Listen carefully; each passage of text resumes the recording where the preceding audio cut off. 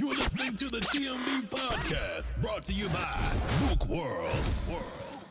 What's good, everybody? Welcome back to the TMB podcast. I'm your host, Brian Dawkins, joining you on the Saturday before Mother's Day. So, first of all, shout out to any moms that listen to the podcast, and shout out to everybody celebrating their mothers on Mother's Day. So, always important to celebrate your parents. Gotta take advantage of that time, while your parents are here. Definitely, speaking from experience. So, happy Mother's Day to everybody listening. Happy Mother's Day to the sons and daughters that will be doing the thing, celebrating their parents. So, myself and my wife, we're going to be hosting a little brunch, trying to throw down for our moms, some other family members coming over too. It's going to be a nice little shindig.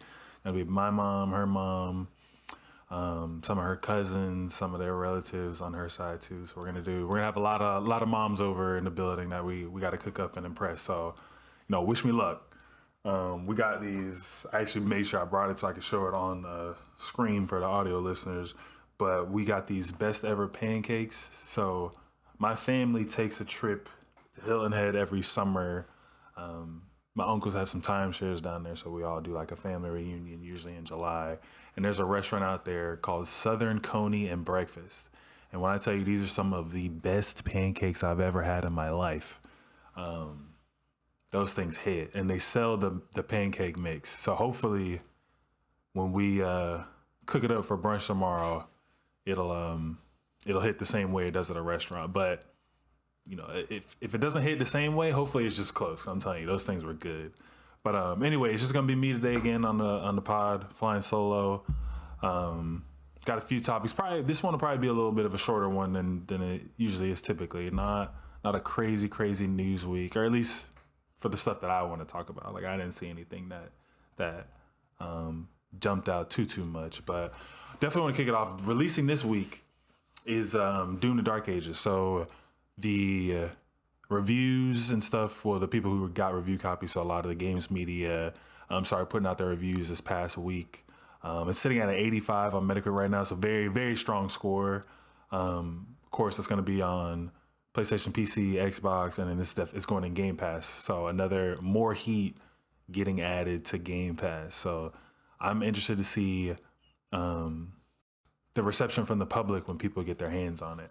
I think Doom is one of those titles, like, it has the potential to make a lot of waves. We've talked about in our Discord a lot about, how Doom Eternal, a lot of the guys feel like Doom Eternal has been the best one of recent memory. At least definitely over Doom, I think it's 2016 is the one before that. But I have not played Doom Eternal. I have played Doom 2016. It's one of the games, like, I'm like pretty close to finishing at the end. So I'll have that on my backlog blitz at some point. But eventually I would like to get to the Dark Ages. I don't think I'm gonna be able to get to it on release, just because I'm trying to stick to my word that I told y'all, trying to take care of things in the backlog. So I'm gonna be playing Tales of Arise till Night Rain. I can't, games like Doom and releases like this is what throws you off. All right, so I'm trying to fight the temptation as much as I want to play it, as much as I have seen the previews, and they look good, with the, I guess it's more focused on using the shield and parrying rather than movement in the past. So we'll see how that hits with people, because I know people love that movement in Doom Eternal. But it's definitely something to keep an eye on if it's a game that interests you. And, I'm excited to see. I hope it does well. I really do. I want, games to do well. I think we're in a time now where I feel like a lot of people are wishing for games to fail if it's not in their, interest or something that they are thriving on. But I'm really hoping this one does well, along with some of the other games that we've seen do well this year. So rooting for you, Bethesda Softworks, ID Software. Go check out Doom. It's going to be Thursday is when it releases on May 15th. But getting to more like news.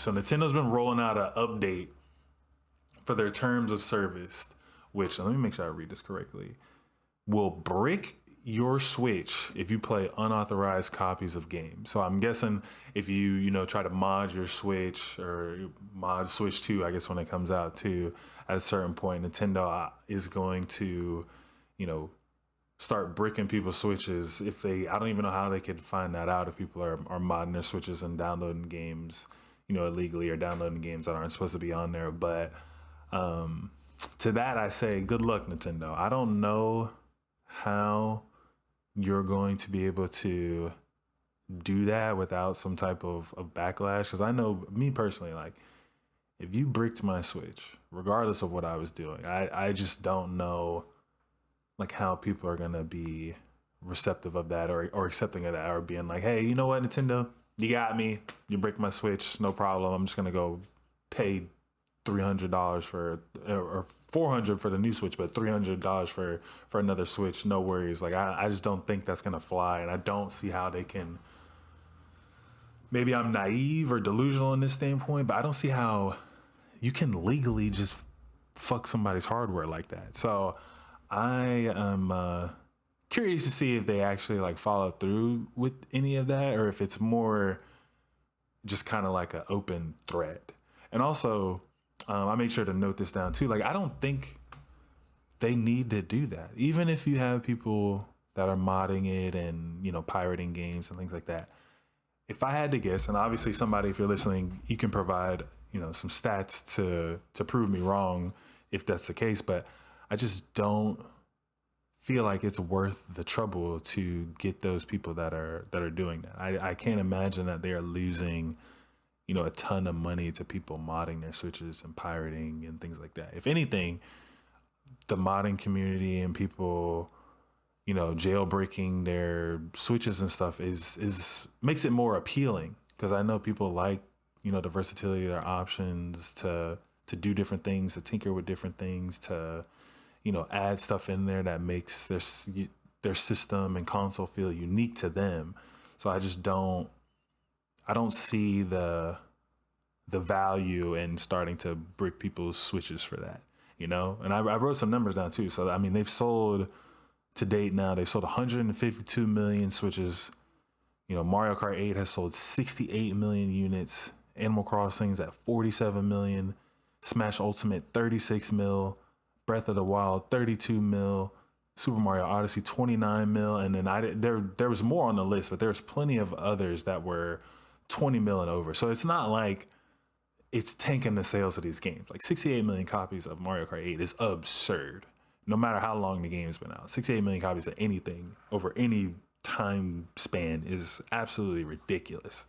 So I don't think there's a benefit to them trying to bunker down or really harp on people jailbreaking their Switches. Switch 2, I could maybe understand, but even then, I don't think it's worth that either. I would imagine when Switch 2 drops over the summer, or next month, it's going to be in June, that it's going to take people time to even jailbreak it. Like, I don't think it's going to release and then suddenly within a week or two, people are going to be, oh, figured out how to jailbreak the Switch. Like, you all should do it too. And it becomes this rampant problem. Like, it's definitely going to be something that people are going to have to, sink some time into to do. And again, like I said, I don't think there's that big of a community of people that are doing that anyway. The most of the people I know that are trying to buy Switch 2, and I feel like most of the people that I'm reading about and seeing online and things like that are excited to buy the Switch and buy the games that you're providing for them. Like, people are already going to pay $80 for Mario Kart, which is, kind of crazy that we've raised the price of games $10 more. So you're already making more money on that front, because people are still going to buy Mario Kart. I don't think the $80 is going to be a deal breaker for Mario Kart World. So on top of that, you're trying to create this other layer and make your console less appealing. So I don't understand it. I get maybe from the integrity side, or maybe like it's a ego thing. Like, you don't want to feel like you're getting finessed, but at the same time you're finessing a lot of people. So I just don't think it's worth the trouble that you're going to go through. And again, somebody help me out. I still don't see how it's legal. Don't see how, regardless of what you're doing, that you can say, hey, I'm going to break your Switch if you do this. So I need I need a lawyer, somebody who works in the games media, somebody who just has an inside scoop to just tell me how they can pull that off without getting sued or having some type of legal action taken against them, because I just find that really, really, really, really hard to believe, you know.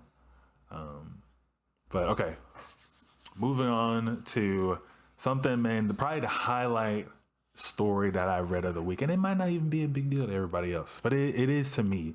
All right, so Hideki Kamiya, sorry if I mispronounced that, said he would love to do a Devil May Cry remake and a Viewtiful Joe remake.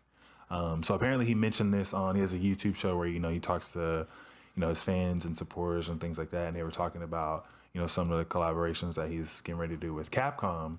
And I guess somehow this got brought up about, doing a remake for Devil May Cry. And he talked about, how the game, seeing clips of the game now, it feels like it's aged, and, it'd be justice to do it, a remake, and kind of bring it to, I guess, more modern standards and things like that. But also he sprinkled in there, he was like, and let me do that for Viewtiful Joe too. And let me tell you, we need it to happen.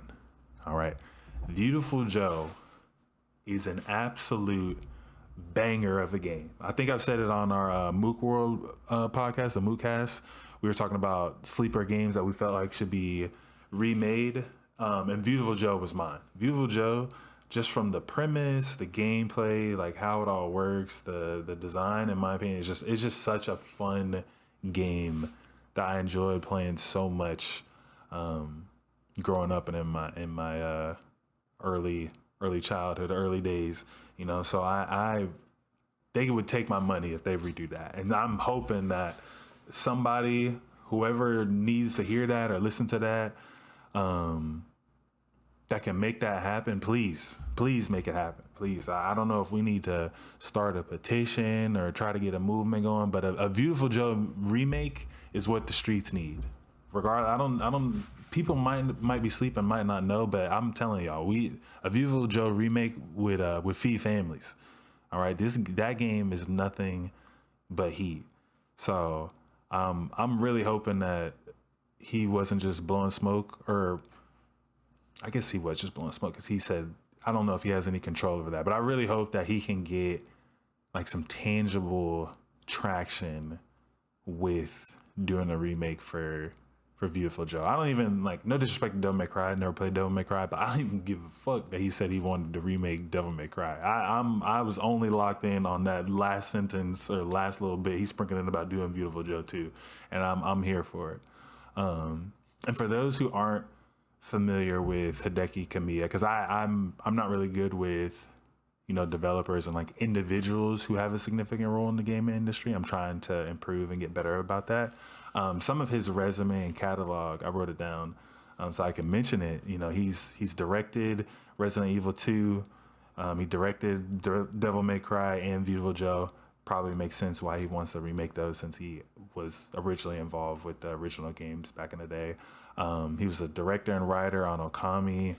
He's worked on all the Bayonetta. So, I mean, he has a pretty solid, track record of bangers in the catalog and knowledge. So I think he would do it justice. And that's an important thing too, with remakes and remasters and things like that. Like, you need to have people involved, whether it might not necessarily have to be with like making or doing the actual like technical work, but you need people with their hands-on or vision involved that had a say or hands-on with the original work of the game, in my opinion, to maximize, that authenticity, that nostalgic feeling that you get when playing remakes and games that are beloved, and I think a good example of that recently is with the Elder Scrolls 4 Oblivion remastered. I think the reason that game is being received so well is because a lot of those people that made the game 20 years ago had a hand in doing the remaster that just came out a couple weeks ago. So those small details that people noticed, or the like the hidden gems that people find that made the game, so unique, and how people felt good about it and towards it and things like that. Like, they can capture those things that will bring people back to those times they were playing it. So I really hope that if a Devil May Cry or Viewtiful Joe remake ever happens, that a guy like a Hideki Kamiya or anybody else who had a heavy involvement does get some say and opportunity to bring that same feeling back, but just to modern times and improved in ways that can help it now with the technology that we have. So I got fired up reading that. It also brings us to the point. I'm gonna have a poll on this pod on Spotify. I think it's the only one I've ever seen that I can make the poll on, but I'll try to have a poll where people can write in and just tell me, what's a game that hasn't gotten love that really deserves a remake and a remaster? Because I'm curious what else other people feel should be remade and remastered. Because I'm telling you, Viewtiful Joe, that's the one for me. That is Viewtiful Joe and Viewtiful Joe 2 when they add Sylvia. I need both of those in the streets at some point to be able to play on, whether it's PC, Xbox, PlayStation, some type of modern console with, kind of renewed and updated mechanics and things like that. Because I do think just the creativity and the premise of that game alone was something I really enjoyed, and I really hope that we can get back to games like that too. And it was a linear experience, like not open world, not knocking open world games, love open world games. Elden Ring is one of my favorite games that I played in recent memory, and a game I'm continuing to look forward to and playing the Night Rain DLC. But also just getting older, I think this is just a me thing, but personally, like not having as much time to really sink into games and just with life and other things that I'm trying to do outside of gaming. Like, I appreciate linear experiences better. Games where it's straightforward. Like, I'm hopping on a level, I beat the level, I move on to the next one, get to a level, get to a boss fight, advance the story. Like, I really appreciate games like that more versus games where, you're exploring and trying to discover the world. Like, those things are great. But I think the time commitment sometimes and how you can get lost in that, for me, doesn't put me off. But, like I said, I have to choose how I spend my time wisely. And I don't think I can ever, not that I can ever appreciate it, but I think it's harder for me to appreciate those games like that now, just with the time sink that usually comes in with open world games. So I would appreciate a lot more linear games being made. And there are some being made. I'm not saying that there's not. But I definitely just want to highlight that as a personal preference for me. But like I said, really want to celebrate games that are doing well.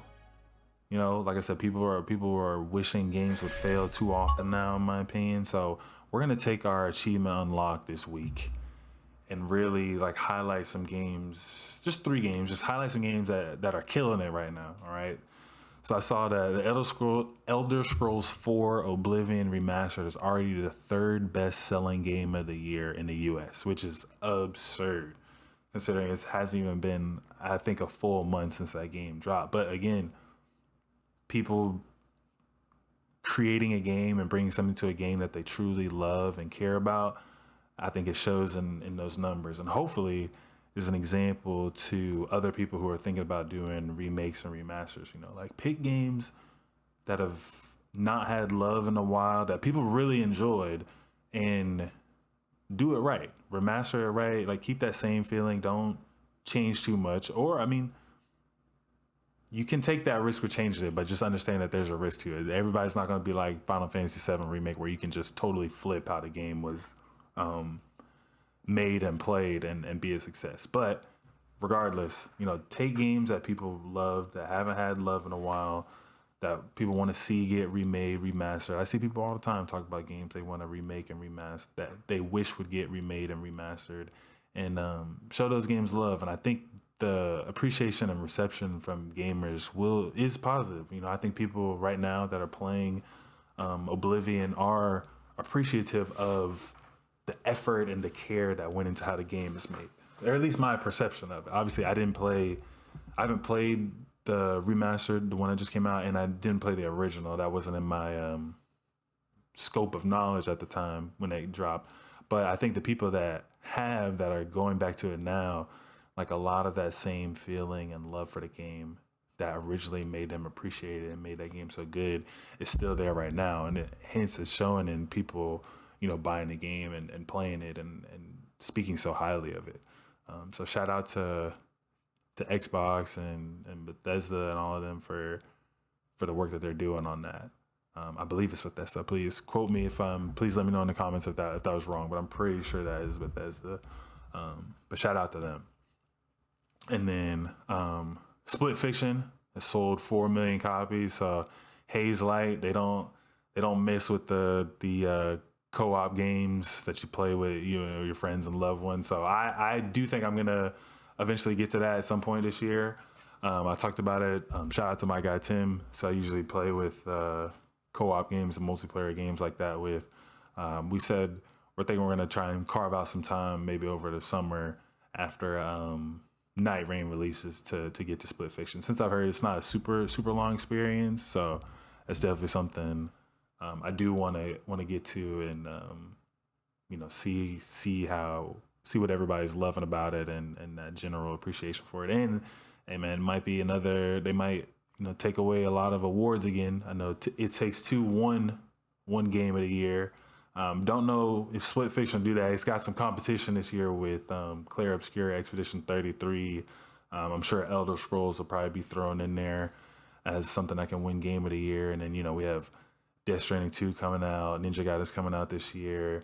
A lot of other heat that is coming out. So I don't know if I can put my bid on it to win Game of the Year, but I definitely think they will definitely take some awards home for the work that they're doing. And, 4 million copies in a month and a half, 2 months, it's impressive. And I know it's going to keep selling well too. It'll probably at some point work its way into those double-digit millions, if not this year and probably next year. And that's something to be commended for. So shout out to them. Great job again on shipping an amazing game and changing the way kind of games are played. That friend pass thing, I'm sure they're not the only people that have done that or the first that have done that, but for me, it's the first where I've really seen the emphasis on it. Like, hey, one person buys this game, you have a friend, they can hop on the friend pass, they can play the game with you. They don't even have to be on the same console. That was mind blowing to me. Like, if somebody buys it on PlayStation, they have a friend that plays on the Xbox, the person on Xbox can play with them too. I was like,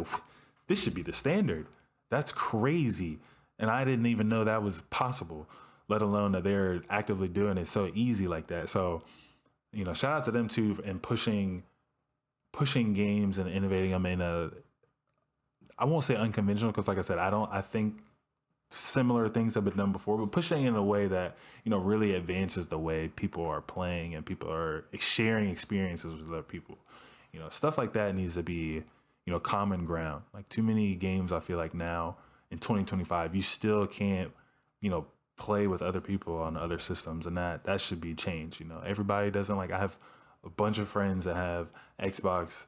Most of us in the Discord are PlayStation guys, with a few exceptions of guys that have both. And majority of the people I know are on PC. So linking those experiences together is very important now, more so than ever, because people want to play where they want to play, and they don't want to have to, go here to play here with this group or go here to play here with this group.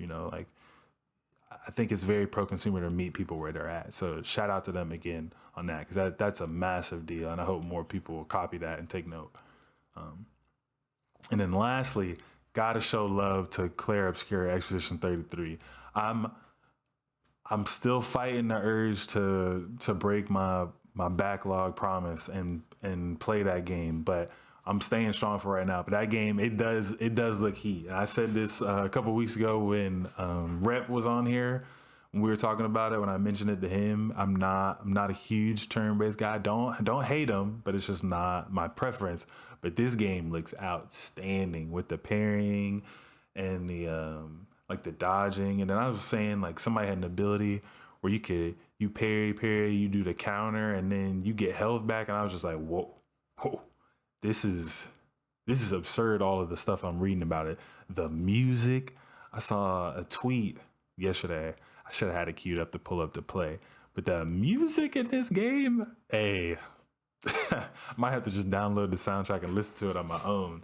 I was telling some guys last night in the Discord. That was what I did with Stellar Blade.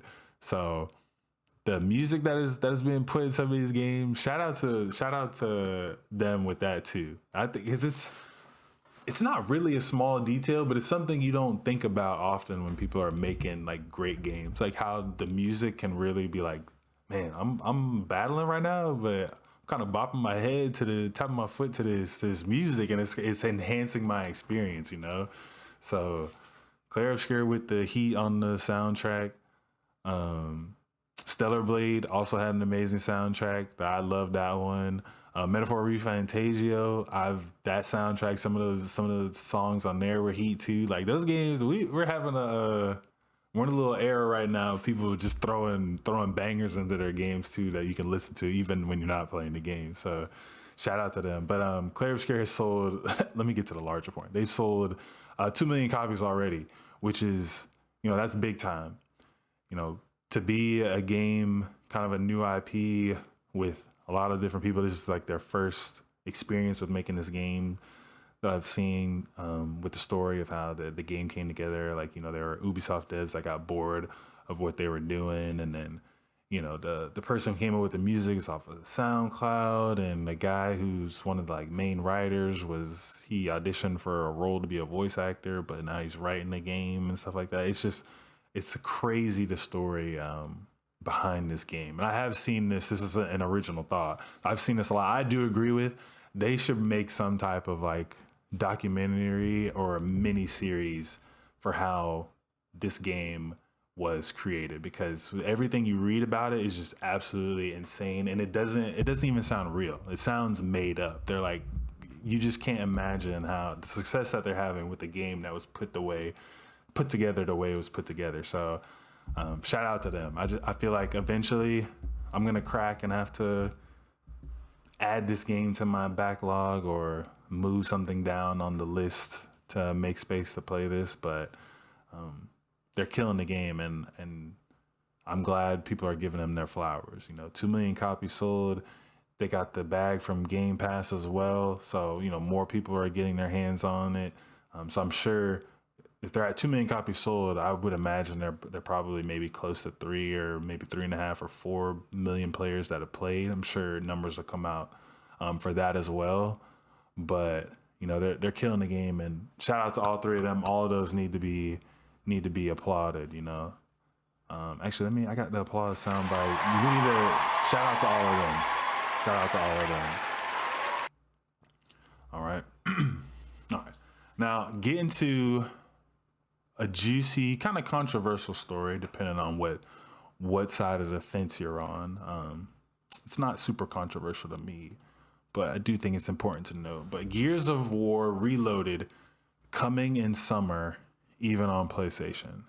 So this article's out on Monday. It says, happy Monday. Microsoft just announced Gears of War Reloaded, a remaster of the original 2006 game that will launch on August 26th on Xbox, PC, and PlayStation. The shiny new version will come with improved visuals and audio, crossplay, and cross-progression, love that, and all the DLC from the Gears of War Ultimate Edition. As we approach the 20th anniversary of Gears of War in 2026, we're reflecting on what this franchise means. It's about the stories we've told, the friendships we've built, and the unforgettable moments we've shared together. With Gears of War Reloaded, we're opening that door to more players than ever.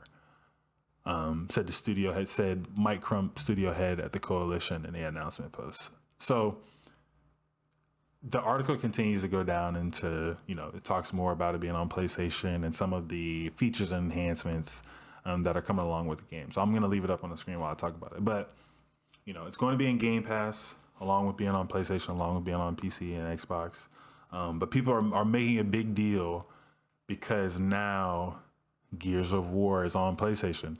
A lot of the console war discussion has always been in play is that Xbox had, Forza, Gears, and Halo was kind of like those things that people could never imagine or see being ported to competitors' console. And now, in this year alone, Forza, it's already released. I believe it released this past week or like 2 weeks ago. Forza is on PlayStation, and now Gears of War, to some capacity, is going to be on PlayStation, in August. So Halo is all that could be left. And now, while I brought this topic up, it's about Gears. Selfishly, I'm moving the conversation to Halo because, and shout out to Caribbean Stunner Mike in this too. We're big Halo stands. In my opinion, Halo it's my favorite FPS, and I still feel like it's the best first-person shooter, historically across whatever games. Obviously I know Call of Duty is the machine that it is, but in my opinion, I just like Halo the best. So it brings me to Halo being the only one left. All right, and we don't need this story up on the screen anymore. Let's get the full view. I believe, as much as I kind of disagree with I understand Xbox's strategy and getting to more consoles and getting to more people, and from the revenue side, they're going to make a lot of money porting their games to competitors and things like that. I don't disagree. I feel like you don't have an identity to an extent. Obviously, I believe their identity is, hey, we're going to meet players where they're at. Love that. Game Pass for making it, more affordable for more people to play. Love that as well. I get those things. But I mean, I'm talking about identity as far as an IP. I feel like this is a good point from people who are, very pro Xbox, and Xbox is their preferred place to play. These IPs are iconic to Xbox's, brand. It has been, what made people love Xbox. Like I bought an Xbox back in the day because of Halo. I played Halo at a friend's house, and I was like, damn, I have to get my hands on this in some way. So that was like either my next birthday or Christmas gift. And my parents were able to save up, get me an Xbox, and now I was able to, hop on and play Halo, with everybody else. With that being said, I know I just hit on that huge rant about having an identity and all that. I do feel like the resurgence of Halo that could happen if it made its way to PlayStation might be worth the benefit of sacrificing it from an identity IP standpoint for Xbox as a brand,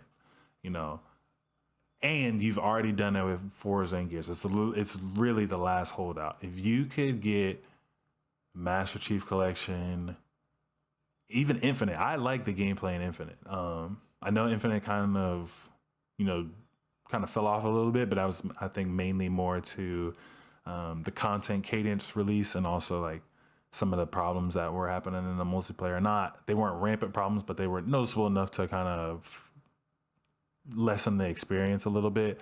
But I think if you could get Infinite, Master Chief Collection, some of the better playing Halos onto PlayStation, and unfortunately having to put Halo on PlayStation in the future as another sacrifice, I think there's a potential to kind of get Halo back in the air and space that I believe it deserves to be in. I don't believe where we're at with how people view Halo is the appropriate spot where Halo should be viewed. Halo should be in the conversation with the elites. People talk about Call of Duty. I've seen Battlefield thrown up there, obviously, because it's a more of a direct competitor with Call of Duty. But Halo is right up there in those conversations too. And with any other FPS, I'm sure I'm forgetting other FPS as well, but Halo, in my opinion, is right there in the conversation with the elites and the GOATs when it comes to first person shooters. And I think a release on PlayStation, like I said, pains me to say it, I believe it could have some type of benefit in getting Halo back to the space that it should be in. Obviously, you still got to make the next Halo that you make at some point. It's got to hit. All right. Regardless of if it's on PlayStation, Switch, PC, wherever it is, like the game has to hit. All right. You gotta make sure you deliver on this next one. Have the content ready, have the gameplay working good, eliminate amount of bugs, cheaters, things like that. Like I said before, Infinite, great gameplay in my opinion, but you got to have that cadence to follow with it, to keep it in the front of people's minds, that they don't get onto something else and not want to come back. So it's interesting to see how much longer Halo will be the holdout. I know people rumored, I'm sure they're not credible, but I know people rumored all the time that Halo is going to come to PlayStation at some point. And that, while those things might be true, I don't think they're credible at this point in time, based off of the other information out there. But obviously, we'll see. But that's the only bright side to me for getting Halo over to PlayStation and other places is the resurgence of it as the IP and the way people think and talk about it. So obviously, all these moves, Xbox is going to make money on. Let's be real. So that's why they're doing it. We just talked about how the Oblivion Remastered is the third best-selling game in the U.S. this year already. It hasn't even been a month.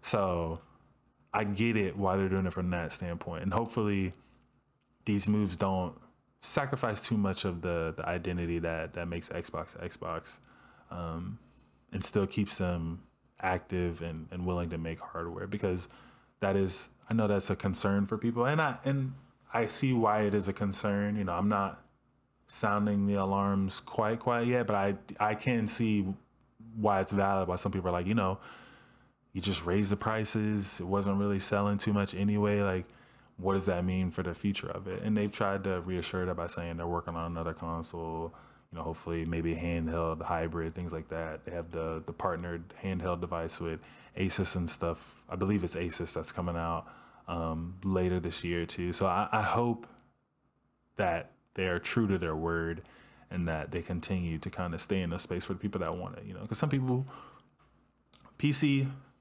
master race, I get it. I don't play on PC heavy like that, but I understand it. The PC people don't come at me. All right, I'm not. You guys have the best. You got the frames, you got the tech, you got the fidelity, you got the mods. You are the peak experience. All right, me and my PlayStation 5 and Switch and stuff. We're not keeping up.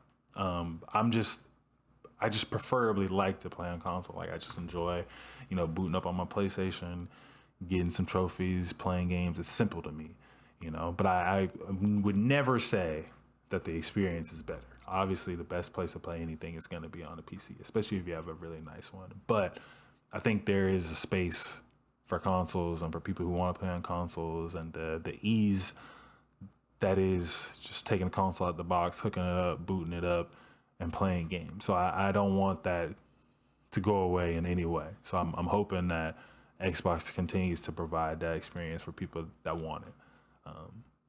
But last note on the Gears situation, going to PlayStation. Does it mean anything for E-Day? And I don't know what to say. Part of me feels like it might already be a foregone conclusion that as they're making E-Day, they have it in mind for PlayStation already. Will it release there day one? I would think not, but again, wouldn't shock me if it did.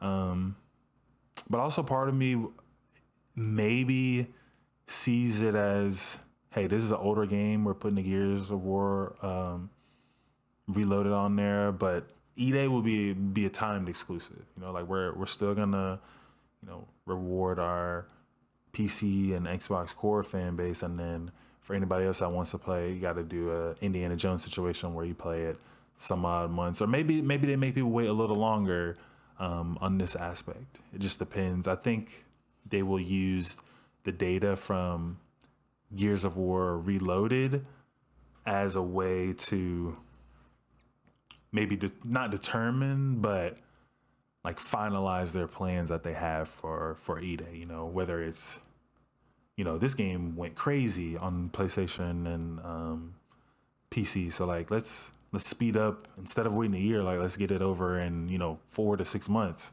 Or if they say, hey, the reception was lukewarm, like people enjoyed it, but it wasn't really like flying off the shelves like some of the other things that we moved over. Let's stick to our plan of only keeping it on there a year. Let's let the team develop how they're developing, and then at some point we'll get it on there for everybody to experience. But crazy times we live in to see these things happening that once previously people never thought would be the case. All I can say to Xbox and Phil Spencer and their leadership. Respect, I don't know what it's like to run a $1 billion, corporation or branch of a company.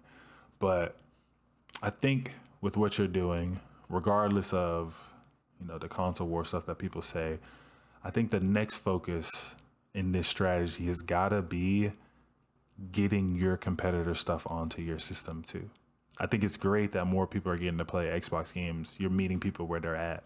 But at the same time, there's a lot of people that only play on Xbox. And there's a good amount of people that only play on, like I said, there's a good amount of people that only play on Xbox. And I think the next focus after you finalize the shift in strategy has got to be, hey, how do we get some PlayStation IPs that have never been on Xbox onto Xbox? How do we get some Nintendo IPs that have never been on Xbox onto Xbox? They're getting the fruits of your labor, but you need to start getting that in reverse. Not against being able to play anything everywhere, but it's one-sided right now. So that's got to be the next shift. Do what you're doing, make that money. You're gonna get that revenue back. People are loving the Xbox games on PlayStation. I saw that. Xbox is the biggest publisher on PlayStation right now as far as their games are selling. Like people are enjoying the games. People are buying the games between Sea of Thieves, it's Oblivion remastered, Indiana Jones, and others. But now you got to start getting that return for the people that are on your system too. Like I said, I don't know what it's like to be in that position. I don't know what it takes to get those games and IPs, but at some point you got to figure out a way, and maybe the market will determine that for you. But at the moment, it doesn't seem like Nintendo or PlayStation have that desire to put their games on Xbox, and I feel like that's a shame considering it's getting on there the other way around. But we'll see. But appreciate everybody for listening to my rant again. The 42 minutes went kind of quick. I'm gonna wrap it up. Like I said, this is gonna be a shorter one instead of probably the full 50 minutes to an hour. We're gonna cut it like 42, 43 minutes. But appreciate everybody who's listened to the first couple episodes. Trying to be consistent, trying to keep a real cadence going. Thank you all again. Hopefully I can bring some streams back. So if that's something you're interested in too, I'm gonna get some streams going. So we're gonna try and do the thing. All right. But appreciate everybody for listening. I'll be back next week unless otherwise. Hopefully I have a guest with me. But till then, remember, Mook World is in full effect. Right. Appreciate it. Bye everybody.